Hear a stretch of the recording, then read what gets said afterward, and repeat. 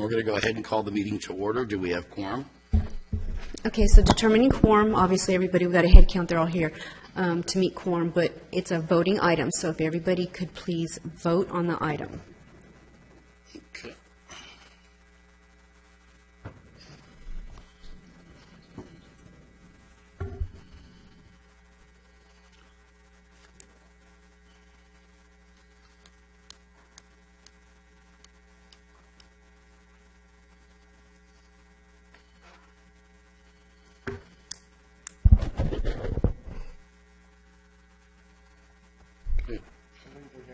I'm waiting for somebody to put the vote up on the screen.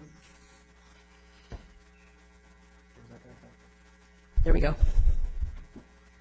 You want to go ahead and talk Mary Ellis for a moment? That one is there. So everybody else I have to check out is absent. Okay. Do you want to do roll call or? No, you should see on your screen now? Okay. Okay, good. Mr. Fox, would you lead us in the Pledge of Allegiance, please?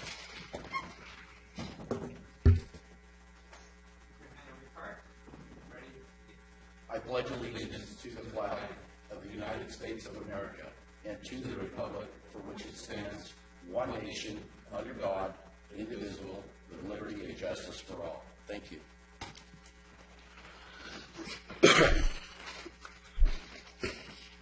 At this time, do we have any public comments? I have no requests. Okay. So the consent calendar, are there any questions, addendums on the consent calendar? Looking for a motion to approve the consent calendar. Second.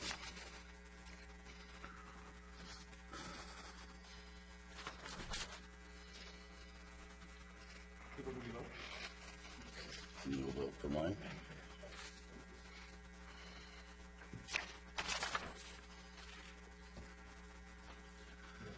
Okay, so we're at number A, summary of minutes for February 16, 2017 Board of Directors meeting. That's part of the consent calendar. Okay. So we can go into reports, section 6. Okay, we approved the consent. Okay, perfect. Item 6, reports and discussion. And that would be Princess, please.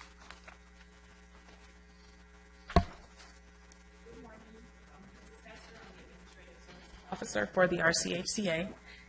And this morning I'm presenting item 6A, which is an update on the Stevens Kangaroo Rat Recovery Project. So just to provide you an update, staff continues to work with our local U.S. Fish and Wildlife Service and our discussions are now focused on demonstrating species recovery in Western Riverside. Next week, we'll actually be going to Washington, D.C. on an advocacy trip that will allow us to visit our congressional leaders, provide an introduction to them for the RCHCA, and to also promote the efforts that are being made in Western Riverside County in regards to Stevens Kangaroo Rat recovery. When we return from the meeting, we'll provide you an update, and also we'll begin to work with our partners at Fish and Wildlife and also in northern San Diego County to work on demonstrating recovery so that we show recovery throughout the range of the species, and then potentially we'll begin to work on the delisting part of the project when that happens. And so that's my update. I'll entertain any questions, and if not, the motion is to receive and file my report. Any questions for a motion to receive and file? I do have just Okay, a very... I apologize. That's okay. Riverside? Okay, good. Just has a very general question. When you go and you meet many of the officials out there, especially when it pertains to the kangaroo rat, is there a specific agenda? Are you going to be talking to them about numbers, issues? Maybe you can just give us a little bit of information on what you're going to be covering with them. Yes, sir. So in your packet at your station, there is a folder, and that folder is a sample. There's a blue folder in your packet, and that folder is a sample of the materials that we'll be presenting this first trip is really an introductory trip. This is the first time that the RCHCA has gone to Washington to talk about the efforts that are being made for Stevens kangaroo rat in our area. And so we're providing an introduction of our agency and also to just generate an understanding and a knowledge so that they'll understand what it is that we're working on and some of our general requirements and objectives. And then at a later date, we'll continue, as our work here continues on the local level, we'll continue at a later date to visit periodically to provide updates. And then at that time, we can identify more of asking points that we might need some assistance with as we move forward with this project. So this is really an introductory trip, and we'll be presenting that information that's in your folder for your review. Great. And I guess the idea here is to try to get more funds and give Washington a better understanding of what we're doing. Correct, and that'll be the overall goal, as we move forward.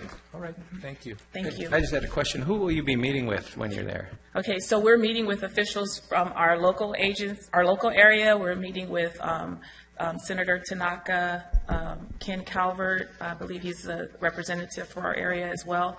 We'll be also meeting with some of the same representatives from northern San Diego County. We're meeting with the leaders of Fish and Wildlife and in the Department of Interior that have a direct connection with our geographical region. So those will be like our first contacts. And then as we move forward with this project, we'll potentially identify other agencies or offices that we need to connect with, and we'll work on that as well. Moreno Valley? Yes, thank you. Dave Marquez. Question, what's the penalty for destroying one of these rats? I'm sorry, What's the criminal penalty? Do you know offhand? That's an interesting question. It's just, we don't do it. Basically, what the county is, or what the agency has done is we have set aside conserved lands in Riverside County, over 40,000 acres of conserved lands.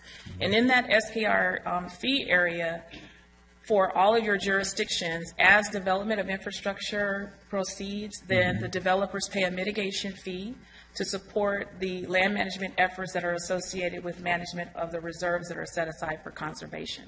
So Brian may want to chime in on. You don't have state authorization, which sold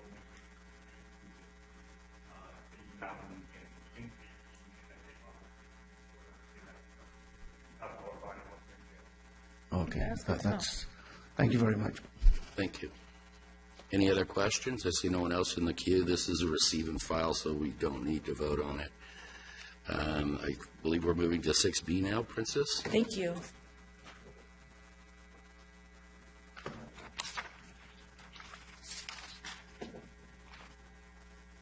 So Princess Hester, Administrative Services Officer, and I'm presenting item 6B, which is the fiscal year 2017-2018 agency budget. So the RCHCA's agency budget is an annual budget. Budget is based on a fiscal year. It operates from July 1st through June 30th. And our budget consists of two parts. We have our general fund, which is for RCHCA general operations and administration. And then we have our Lake Matthews endowment fund draws. Those endowment fund draws are supported by a wasting endowment that was set up for Lake Matthews to support the land management activities at Lake Matthews. Our anticipated revenue for our general fund is $823,500, and we have a total anticipated expenditures of $650,672. And that represents a 19% increase in expenses from prior year, but that increase is due to some of the contractual agreements that we've had and that you approved for our SKR recovery projects. We're working on the habitat suitability model. We're working on a land survey for the areas at Lake Matthews, so we have a clear delineation of our land at the Lake Matthews Reserve. The Lake Matthews endowment is a wasting endowment, and it supports salaries and benefits for the Lake Matthews staff. It also supports the land management activities, which includes biological surveys and monitoring programs specific to Lake Matthews. Our total anticipated endowment fund draws at Lake Matthews is $324,415. And in the Lake Matthews budget, we're requesting to purchase another vehicle. We've added an additional full-time employee at the reserve, and so now we have 3 full-time employees that sort of go in the different directions, and they have different objectives at the reserve, so we need an operating vehicle. Previously, we were renting a vehicle from the county, and that cost has become prohibitive since we're no longer connected with the county, and so therefore we're asking to purchase another vehicle for the reserve area activities. And in summary, we present a balanced budget. Our revenues do exceed our anticipated expenditures, and even with our 19% increase in expenditures, we're still projecting an estimated cost saving of about $172,000 from the prior year. So at this time, the requested action is to approve the RCHCA fiscal year 2017-2018 budget. I see no one in the queue. Did anyone have any questions? Having said that, I'm looking for a motion to approve and adopt the RCHCA fiscal year 2017 agency budget.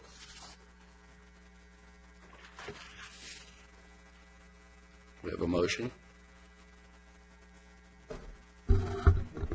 Move to approve. Okay, we need a second. Cast your votes. City of Moreno Valley, please vote. Thank you.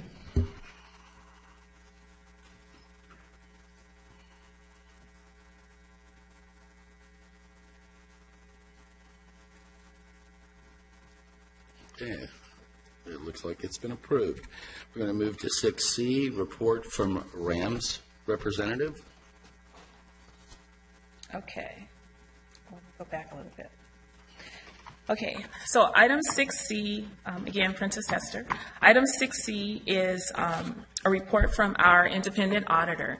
RAMS, which is Rogers, Anderson, Melody, and Scott, is the agency that we contract with. Yeah, I'm going to Just stop you hold for a on. moment, Yes. Mr. Chairman. Go ahead. Okay. Mr. Chairman, how are you? Welcome. Okay, I apologize No, for that's okay. interrupting you. Please, excuse me, go ahead. So RAMS, the agency Rogers, Anderson, Melody, and Scott, is the agency that we contract with for our independent audit. And in prior meetings, as we've started looking at some long-range financial planning for the agency, and also as our objectives are being developed for our future, we were asked to take a look at our endowment funds that we have set aside for land management activities. And currently, we have several endowments, and those endowments are either non-wasting endowments for some of the reserves. And with the non-wasting endowments, those reserves are able to utilize the interest only that's generated from those reserves for land management activities. At the Lake Matthews Reserve, we have a wasting endowment, which we set up several years ago that we knew that we would draw down to support land management activities specific at Lake Matthews. But with the conservation plan, the idea was that even after, let's say, 10 years from now, and we do end up delisting Stevens kangaroo rat off of the endangered species list, the agency has a responsibility to continue to manage that habitat that's been set aside in perpetuity. And so in previous discussions, we talked about, so what does that picture look like for us? And so what we did is we contracted with our independent auditor as they were doing the audit this year to just take a general look at our endowments and to provide us with an idea of what our financial picture will be in the future. This is an informational purposes only report, but it kind of gives us an idea, and I believe that it'll really assist us as we work to develop our long-range plans for the agency from a financial perspective. So at this time, I would like to introduce Brianna Schultz, and she is a manager for the RAMS agency firm, and she'll provide you with the presentation today. Thank you. Thank you. Thank you, Princess. Okay, thank you. Good morning, everyone. Thank you. Yes, as she mentioned, Brad Welliber is the partner on the engagement. He wasn't able to make it this morning, so I, being the audit manager, at least have some familiarity with the client. So I'm going to walk you through our financial projections that management has asked us to come up with. This is all based on some key assumptions that were provided by Princess and basing it off of the numbers that we reported for the fiscal year 16 audit year end. I'm going to skip through some of these beginning slides because she set up a great introduction kind of explaining the purpose of all of this. So we were asked to do two scenarios. One is if the RAT is, I'm sorry, the SKR, I say RAT with staff. If the SKR. So does everyone, it is a rat. It is, I know. If the SKR is delisted in the next 5 years, and then scenario 2 is if it's in the next 10 years. And so just a few tables that we threw together. So you can see 5 years out in 2021, we're still at the same, the two scenarios are still in balance, but then we start to see the shift in the orange graph. That's the scenario 1, so if it's delisted in the next 5 years, so pretending it would happen in 2021, about there, you can see the fund balance is starting to get dipped into and starting to be used up. Really, the main thing that you want to know is that if it's in 5 years, scenario 1, it would be depleted by 2049, which is 32 years from now. And that's using up your unassigned fund balance first and then dipping into those endowments that typically right now cannot be touched. It was a very conservative approach. So really, that's on another slide. So scenario 2 is really just extending it by another 5 years. So it would be depleted by 2054. That's 37 years from now. And then the same approach with expending the fund balance in that order, so unrestricted first, and then you're wasting endowments. So this is scenario 1, again, the 5-year, if it happens in 5 years. The green line is the revenues, so you can see they pretty much drop off in 2022, 21, 22. And it's not to zero because you're still earning a little bit of, we did it conservatively, a little bit of interest on your investments, but over time that's still even going to get used up. And you can see the shift around 2026, 27, 28, you see a quick drop and then it starts to rise again. That's the assumption that staff, key employees are going to be retiring about that time. And then the new ones you bring in are at a slightly lower step or salary scale, and then they start to build back over time, and then you see the next set retire. So that's kind of the dip over those 20 years maybe. And the same goes for scenario 2. Obviously, the revenues are just going to last a little longer because that's looking at 10 years out. So our options that we're maybe proposing to you just to consider are some reduction in service levels, talking with your member agencies, seeing if there's any other type of funding you can come up with to keep the maintenance of these areas going, or any additional funding sources, federal grants, what have you. So if you have detailed questions on the calculations behind this, it's all in our Excel spreadsheets back at the office, and we'd be happy to share any information with you. But do you have any questions? That's the end of my presentation. I don't see anyone in the queue. Does anyone have any questions? Riverside. Thank you for the presentation. Just a couple questions in terms of expenditures. Are you looking at the expenditures that we have today without any possible expanded expenditures in the future, or how is that based? I believe it was just, it was continuing, obviously continuing the salaries throughout, and then Princess might know off the top of your head better. I can. So what we did was we took a look at where we are right now as far as our expenditures, and what we included were costs that we know we have a responsibility to maintain, such as insurance, infrastructure costs. We also added in a general a 5% increase for salaries and benefits, which includes the COLA and any changes that there might be in some salaries that we'll have going forward. But we pretty much kept our expenditures basic with what we know we have and with those slight increases. Just one more thing that I would like to point out, and that is that the reason we looked at the 5-year and the 10-year scenario is because as we're working on the SKR recovery process, potentially, because of our 30-year permit, that is connected to the mitigation fee. So therefore, if in the event SKR is delisted in 5 years, then we no longer have a mechanism by which to collect that mitigation fee under the plan. If it's done in 10 years, we would no longer have the ability to collect the fee. And so that's why we sort of took a look at that scenario at those particular increments. And then that allows us opportunity to make some decisions as we move forward. And that could be, that we decide to renew the permit. It could be that we decide to make some changes with the agency and merge into different conservation areas. So it just provides us with an informational tool to be able to use to help us to make some decisions as we move forward. Now, with part of that, obviously, it seems to be based mostly on salaries and benefits and those. What about technology? Increased technology, or did that cost include that as well? Or is it strictly just the cost to maintain it through salaries and personnel? So the majority was cost of maintaining through salaries, specifically for our land management responsibilities. And as far as technology, what I included is our actual cost to do business as far as utilization of computer equipment, because we know that those are standard costs. So what I included as a foundation for what our expenditures are the expenses that we know we will incur, just the business operational expenditures. And then I put a little bit of cushion for changes in salary or personnel as they might occur. And what are the real chances of the SKR being delisted? Very good. Are they good? Very good. Really good? I mean, are they, in your opinion, apparently it sounds like they may not survive the... I believe that the chances within the next 5 years are very good. I've had conversations in Washington as well as other places. But on that note, do we have anybody else in the queue? Because I got a couple comments and a couple questions. Well, are we still in an acquisition phase? Right now we're in a management phase, correct? Correct. So I guess this would be more for legal.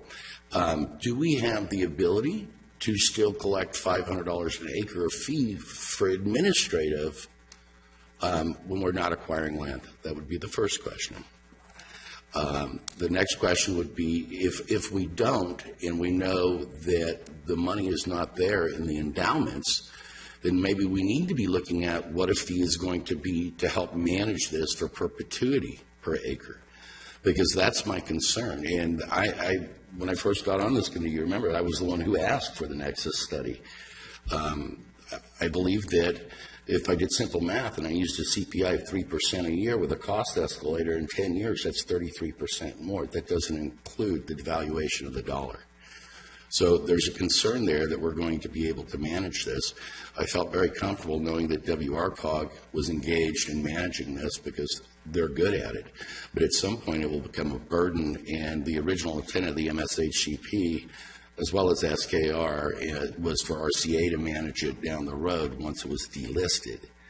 So until we are at a point to where we have the ability to delist this species, will we have the funds to manage it so that it doesn't cause a strain and that RCOG can manage it effectively?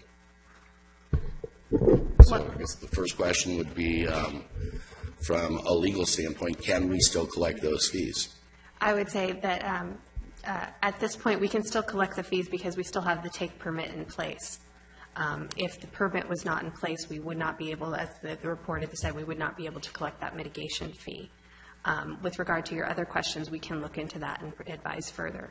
Right. So my concern is I don't want somebody coming back and say we're taking $500 an acre to acquire land that now we're not acquiring, that we're using it for administrative purposes. Yeah, our plan, at the point with the plan and the permit, we're allowed to take to collect the fee right now. I'm sorry. Could you repeat that? Under our permit right now, we can collect the fee. Okay, good. Yeah. I just wanted verification on that because I think that's important so that everyone understands what we're doing with that money. Yeah. And the other questions you'll be able to answer? Or you'll get that information to us the next meeting? All right, fantastic. Thank you. And this is an excellent report. Thank you very much. I appreciate it. On that, this was a receive and file, correct? Okay, thank you very much. Item number 7, report from Executive Director, Mr. Bishop. Item D. Oh, item D, excuse me. Report of the 6th, excuse me. Mr. Scholl. Not seeing the pretty pictures from this year. So, my name's Brian Shomo. I'm the Natural Resources Manager for the agency. I'll be presenting a management and monitoring status update for the various work plans that we have out there. Is there a slide here?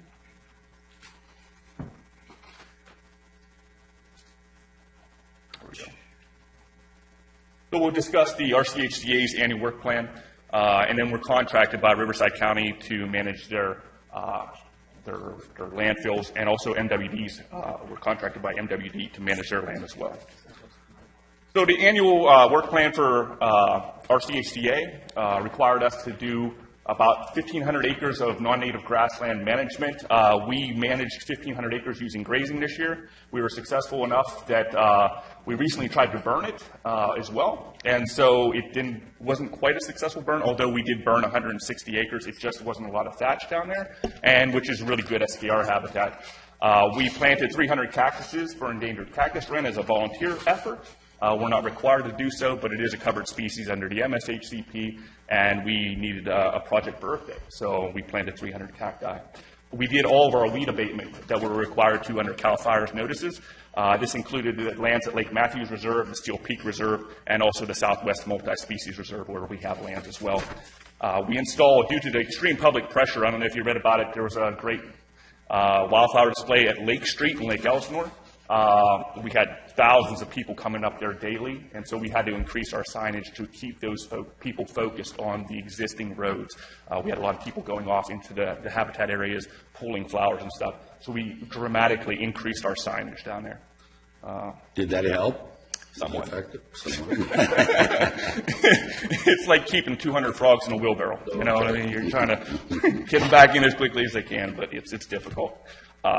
So anyway, under the MWD annual work plan, we were contracted for 5 tasks. We completed 3 of those tasks and various management actions under each of those tasks.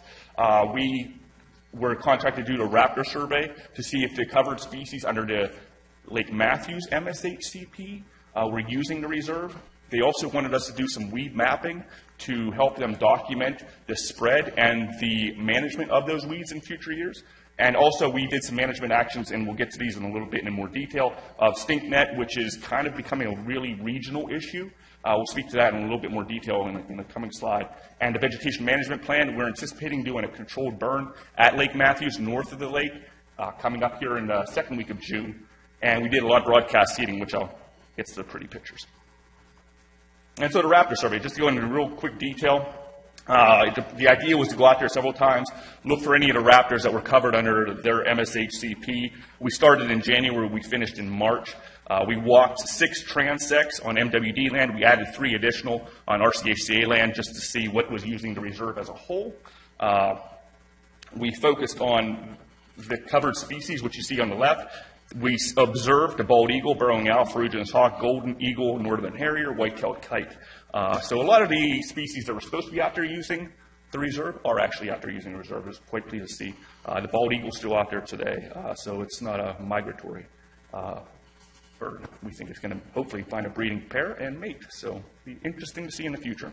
The weed mapping was also going to be a really useful tool, I think, in the future. The problem with a lot of the weeds is once they're flowering, it's kind of too late to do anything about them. So we wanted to document where they are so we can get more action earlier in the season before they flower and go to seed. So we tried to identify 5 different species of weeds: tamarisk, tree tobacco, castor bean, stinknet, and there's one other one that I forget which one it was, but there was 5 that we tried to document. Anyway, so we identified it using our GIS technology with our smartphones. We tried to identify the growth stage, the extent of infestation, and the control method. And again, we surveyed the lands once a month from February to May during the flowering season. And this is what we came up with. Not a whole lot of variety, and a lot of stuff that, like the castor bean you see and the tamarisk and stuff, was easily controllable. But what was surprising was the stink net. Clustered chamomile is another name for it. And once you see it, you'll see it everywhere. And so what I want to get to is it looks like this. And the reason I bring it up is because the super bloom this year was so impressive, and a lot of folks from outside of our area, hundreds of thousands of people came to Western Riverside to visit. I got to see a great wildflower display.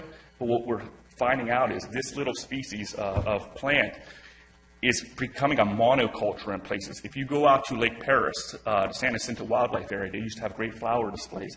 It's a monoculture of this snake net. We're finding out it has an allelopathic tendency, which means it has a chemical defense which prevents anything from growing near it. And where you see it, it completely dominates, and none of our native flowers can exist there. It's bad from an aesthetic standpoint. It's bad from an SKR standpoint because SKR don't typically thrive in that habitat, and they don't eat a lot of the seed, we're finding out. When I did surveys at Lake Paris previously, within this habitat, the weights of the animals were lower. It's kind of like eating lettuce all day. You have no other variety. And so it's detrimental to SKR. And what we're finding out, especially in this area where we were able to map it, is that it's being spread along roads. And this is where we're trying to put together a best management practice for the various public works departments, because they're grading it and they're pushing the seed right down the highways and along the roads, and it goes into the wildland areas. So it's something to keep aware of. And that basically summarizes that. And then some of the pretty pictures. So we seeded this area in, what was it, January? January. And it came out pretty good. This is right near Gate 13, south of Halco Road. And then, so Riverside County Waste Department, we're contracted to do that. We completed 12 biological compliance surveys, 1 MSHCP biological consistency survey, and the various weed management. Another pretty picture. This is north of the lake. And this was another area that we seeded? We seeded, yes. That's beautiful. Yeah, it came out really nice. Brian, when you do the broadcasting, do you just, Well, just throw it out? And let no, actually it's years in the making. And so what, a lot of you guys don't have a lot of the time here, but this started 10 years ago. And the real challenge of it was to get the grasses out, because the grasses choke out this native vegetation. And within the last couple of years, we've been able to do that with help of the drought and grazing, fire, and mowing and whatnot, the management actions we've taken. And so we've been laying that foundation. And so we've broadcast seeded some of these over the years. We just haven't had the rain to see what our effect was on those areas. And this year was a great year. And so all of our hard work is really kind of paying off. This is all great SKR land. These are all native flowers. This is the vernal pool up there that we discovered about 7 or 8 years ago. Listed fairy shrimp are in here. They're doing wonderfully. It really is turning into a premier type reserve, where 10 years ago, I could show you guys slides that we took out 50, 40-foot roll-off dumpsters worth of trash out of this place. Non-native grasses, there was no wildflowers to be seen anywhere within it. We had UCR survey it, 100% cover of non-native grasses. It's really come a long way. Not to speak of the fact that it's attracted millions of dollars to the region, where people have come and spent money, purchased gas, sales taxes. This is exquisite. A question in regard to this: is this something we have on social media from RCHCA for people to see? I believe we have a Facebook page. Yeah. Facebook, because this is really an amazing thing, and it should be out there that when you have a program that's successful like this, this is what it breeds. Mm-hmm. And what we have to focus on, because there's so many people, trying to manage those people and get them in there. We want them to see this. We wanted them to visit Western Riverside to see this, and it does attract people. I met people from as far away as LA, San Diego. They're coming from everywhere, and it was great to see them come to our area to appreciate the beauty of our area. But it is really something, if we're going to explore public access, we really do need some kind of controls, because a lot of those folks were grabbing them by the handfuls and ripping them out. And, we picked up 32 bags of trash they were leaving behind, dogs and dog waste all over the place. It was really difficult to manage. Maybe that's where we could actually create a coalition with Waste Management and CR&R, that when we have this type of blooming and stuff, that they actually put containers out. That would be a great idea. To help provide that as something that we could help facilitate. Yeah. But it is, this is the RCHCA property, these goldfields, poppies. Again, we broadcast seeded all this. It's a great habitat for SKR. It looks really thick right now, but our native plants kind of desiccate in the wind and the sun when it starts warming up, and that'll all open up. And then it should be about 50% cover by July, which is great cover for K-rats that can still get down and feed near the dirt. So. Was that your car in the background driving through the middle of That was the rental from the county. They gave me a Ford Escape hybrid for off-roading. So, but this is north of the lake again. This is a lot of public didn't get to see these things. It was incredible. Just another pretty picture from the lake. Beautiful day out there. It's not a bad place to work. And then this was an interesting, I seen these 10 years ago. These are ground nesting bees. Just an interesting picture. I'd never seen them after that. It was a great year when I came here. It was wet and whatnot. I don't know the life history. I'm kind of looking into it, but I think they go dormant and they emerge when it does have, an abundance of rain. And so where the wet spots are, those are all bees. There's thousands and thousands of bees coming out of the ground right at that spot, and I've only ever seen them at that spot. That's pretty amazing. How long ago did you nest those? The last time I seen those was around 2009, 2010. I haven't seen them since, and then they came out this spring. And they are only out for a short period of a couple weeks, and then they're gone. Because we have an epidemic with the bee population right now. I know that the people that are harvesting crops and other things are actually bringing them in from Washington and out of state. Yeah, every year we get folks calling us wanting to put bees in the reserve or near the reserve. So it is something that, is quite productive. Okay, thank you. And then tadpoles, you're talking the western spadefoot toads, western toads. We had so many of them in the vernal pools this year that I was afraid they were eating the listed fairy shrimps. I'm making calls and stuff. And to my surprise, nature took its toll, and the shorebirds moved in, and they ate all the tadpoles and protected our fairy shrimp. These were in our stock ponds down below, and the surprising thing was you can see the tumbleweed in the upper left-hand corner there. They were all crowded under the tumbleweed, which protected them. And these ones were able to survive. But you're talking millions of tadpoles out there this year. Quite interesting. And then this is down near Lake Street, just one of the hillsides. It became much more of a display even after this picture was taken. Once it started heating up, those poppies just exploded. And the one wildflower trail that we have out at the Southwest Reserve had 6,000 visitors that day, in one day. And so there was a lot of people coming from everywhere to look at this. We even had a lot of tour buses were pulling up and dropping people off and then coming up to there. So, speaking to your to the maintenance issue and keeping people regulated to some extent, driving that road every day, the first few days when it really blew up, it was great. Yeah. But the more and more people were visiting it, you could see what looked like game trails from people running up and down the sides of the hill. And it was almost sad to see that so many people had just trampled all over everything, and it was gone in a matter of about a week and a half or two. And nowadays with social media, it goes out. And a lot of people come, and they do appreciate it. You get them to appreciate it, but they don't. The educational component needs to be there, because we need to educate them, because they want to take their kids and put them in the flowers and take pictures. And I can see the attraction to that. It's a beautiful picture with you, but it, again, doesn't allow those flowers to go to seed then, and then you don't have these super blooms. So there's a little bit of an education, and you want people to see it and appreciate it. So, we got to find a balance there. Maybe it should be that we have stations. And restrict access in a way to where people have stations so they still get to enjoy it and photograph it, but yet can't go in there and trample. Go in, and to your driving down there every day, this was stopping along the I-15 was stopping. I know. I saw exactly. It was impressive. The number of people. Caltrans had to put signs up. People were stopping on the 15 and on the exit ramps, and I live off that exit. There was thousands and thousands of people. It was amazing. And then, again, another picture of the vernal pool. And the vernal pool I showed you before was all purple. And so these flowers come out in stages. And so you come back in a week later, and it's a whole different picture. So the tidy tips and the gold fields come out a little later than the lupines. And it's just another way that nature kind of changes over time. And it's pretty interesting. So if you have any other questions, I'll be happy to entertain them. If not, just to receive and file. Any questions? I see no one in the queue. Okay, let's receive and file. Thank you. Number 7, a report from Executive Director, Mr. Bishop. Thank you, Mr. Chair. Just a couple things to report. You probably saw this handout that was provided. This is the handout that we'll be using as a drop-off on our trip to D.C., but we also think it provides good general information that we can use for a long period of time. So it just provides some basic information on RCHCA. So we're real pleased with that. I also just wanted to thank staff and legal counsel for really doing such a great job. I mean, we've had this administrative arrangement with WRCOG for a little more than a year now, and I think by all accounts we've been really pleased with it, and it's really in large part due to the great work that Princess and Brian and staff and Tiffany have done.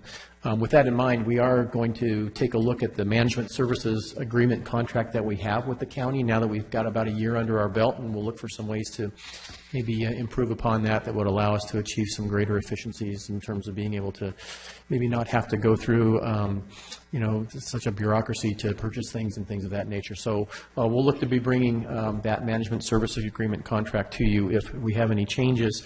Of course, we'll provide a recap in detail on our trip to D.C. As Princess mentioned, this is just our kind of a get-to-know-you trip. We're not going to come back and proclaim victory of any way or any sort, but we'll start getting a feel for the landscape and find out what the sense is among our congressional representatives and agency representatives. And then one thing also I wanted to mention that we'll look forward to providing you with an update in a future meeting is our efforts to increase public access on some of these RCHCA lands. So just these pictures that Brian was showing you, they're fantastic, and they'd even be more fantastic if we could get some members of the public to be able to see that as well. We think that would provide additional benefit to the purpose of the agency.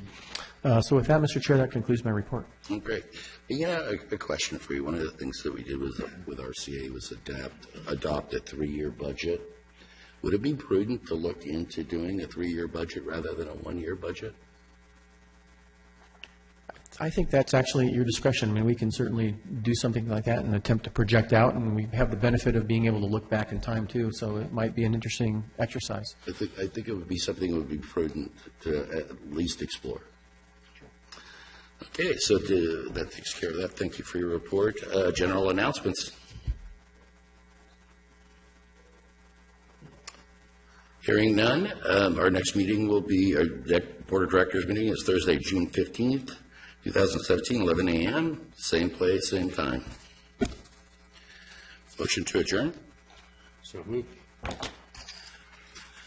Thank you.